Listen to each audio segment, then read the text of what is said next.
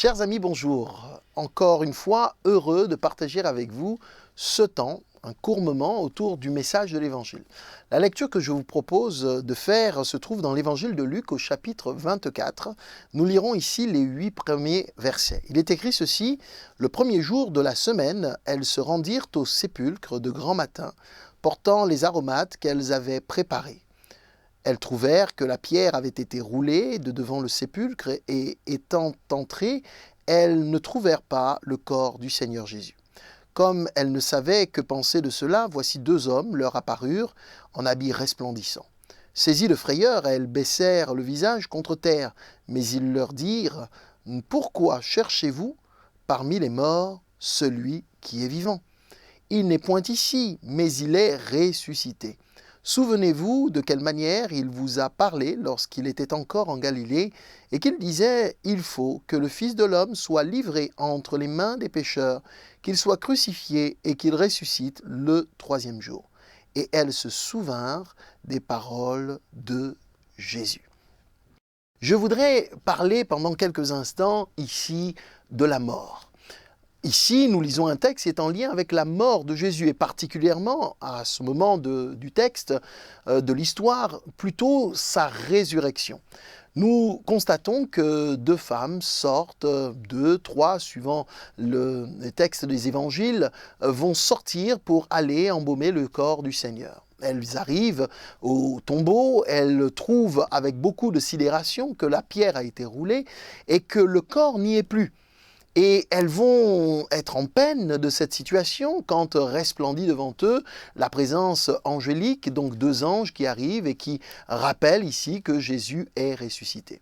Je dirais que notre rapport à la mort est très particulier, suivant les cultures, suivant les traditions, suivant notre histoire personnelle, familiale et autres, mais le rapport à la mort fait partie de la vie.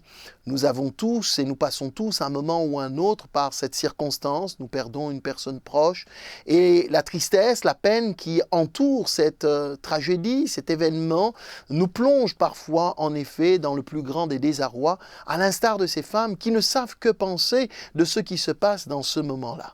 Mais c'est sans compter sur le fait de cette parole qui m'a beaucoup interpellé: « Pourquoi cherchez-vous parmi les morts celui qui est vivant ?» En réalité, Jésus est ressuscité, il n'est plus dans la mort. Bien des hommes et des femmes gardent un rapport lugubre, morbide même, avec la mort. La mort n'est qu'un moment, un instant, oui, qu'il nous faut considérer en effet pour mieux apprécier la vie, mais certains vont jouer avec la mort, vont avoir un rapport particulier avec la mort, ils vont bien consulter les morts, ils vont chercher à avoir un lien avec ceux qui sont appelés des défunts, ils vont consulter pour cela des personnes, des diseurs de bonne aventure ou des personnes qui ont des pratiques occultes pour essayer de sonder et de toucher, de maintenir un lien, un rapport affectif, un rapport, qu'une relation avec des personnes qui sont parties. La Bible nous parle de cela aussi en nous disant: ne consultez pas les morts, ne consultez pas non plus les personnes qui vous disent avoir un lien et un rapport avec la mort. C'est un danger terrible parce qu'en réalité, le lien, le contact n'est pas fait avec ceux qui sont morts, mais plutôt avec des esprits maléfiques, avec des puissances des ténèbres, des esprits occultes qui vont entrer en contact avec les êtres humains concernés et qui ouvrent là une porte, un accès pernicieux et même dangereux, mes amis. Je voudrais vous dire que concernant Jésus, certains parfois ont voulu entretenir cette relation à la mort, ce rapport à la mort, mais Jésus n'est plus parmi les morts, il est vivant. Il est ressuscité. Et la bonne nouvelle de l'Évangile se trouve donc manifestée en travers cela. La mort n'a pas pu retenir Jésus parce qu'il est le chemin, la vérité et la vie. Et donc, le message de l'Évangile veut nous proposer ici un message d'espérance, un message d'espoir. Ne cherchez pas parmi les morts, ne cherchez pas votre réponse parmi les morts, ne placez pas votre assurance, votre confiance, votre espérance parmi les morts, parce que la mort est une porte qui s'ouvre et qui se referme. Ceux et celles qui sont de l'autre côté n'ont plus aucun rapport avec les vivants. Par contre, il en est un qui a été dans la mort, et qui en est sorti vainqueur et victorieux, c'est notre Seigneur Jésus. Par conséquent, il peut apporter de l'espérance à toutes celles et ceux qui cherchent une raison de continuer à vivre. Peut-être êtes-vous derrière cet écran, confronté à cette terrible tristesse, et que vous vous dites « Comment puis-je continuer à vivre? J'ai perdu un être aimé, un père, une mère, un époux, une épouse, un fils, une fille. Oh mes amis, je voudrais partager votre peine et votre douleur, votre souffrance, mais plus que moi, Jésus veut partager votre douleur. Et il vous propose une main secourable, il vous propose la vie.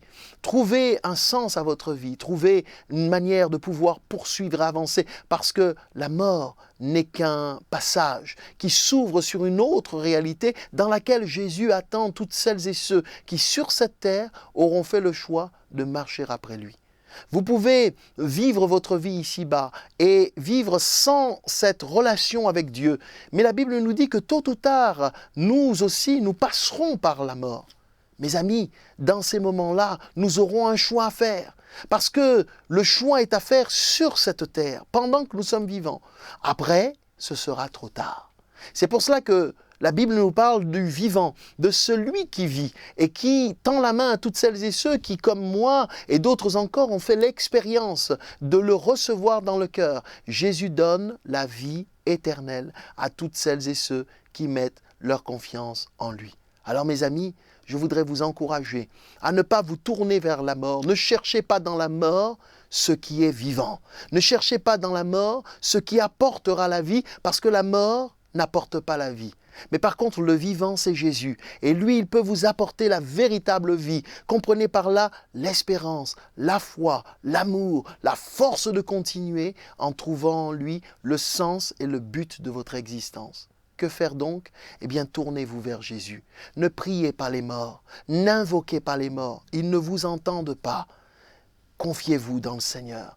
Et il changera votre situation, il vous apportera la paix et surtout la consolation dans ce que vous pouvez vivre et expérimenter. Et si, d'aventure, vous vous êtes lié avec des puissances des ténèbres, et si, en entendant ce message, il vous semble être en lutte, en combat avec des puissances des ténèbres, ma prière que je vais faire dans quelques instants, c'est que Dieu vous délivre de ces puissances des ténèbres, parce que le nom de Jésus est au-dessus de tous les noms.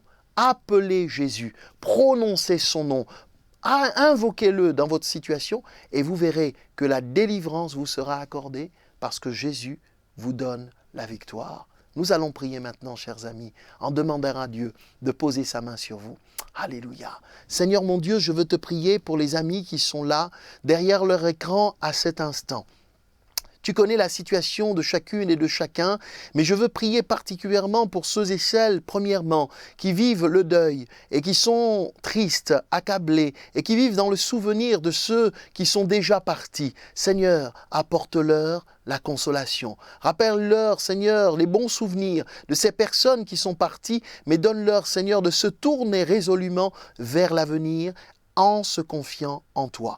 Et je prie maintenant pour celles et ceux qui ont peut-être sont allés plus loin en touchant du doigt une certaine réalité spirituelle, occulte. Ma prière, c'est qu'ils soient délivrés dans le nom de Jésus-Christ, de la puissance des ténèbres qui peut les retenir. Je prie, Seigneur, afin que l'œuvre du diable ou des démons qui peuvent tenir certains comme oppressés, eh bien qu'à l'heure même, à cet instant même, entendant ta parole, entendant même cette prière, ils puissent invoquer le nom de Jésus-Christ, parce que l'œuvre des ténèbres a été arrêtée à la croix. Et ma prière, Seigneur, c'est qu'ils trouvent la véritable liberté, qu'ils te rencontrent, qu'ils te reçoivent et qu'ils s'attachent à toi et à une église locale. Merci pour cela. Au nom de Jésus, nous prions.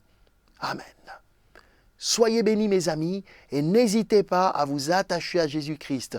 Trouvez une église locale la plus proche de chez vous et attachez-vous à la parole de Dieu. Trouvez un pasteur, parlez de votre situation et vous verrez, Dieu vous délivrera et il vous soutiendra.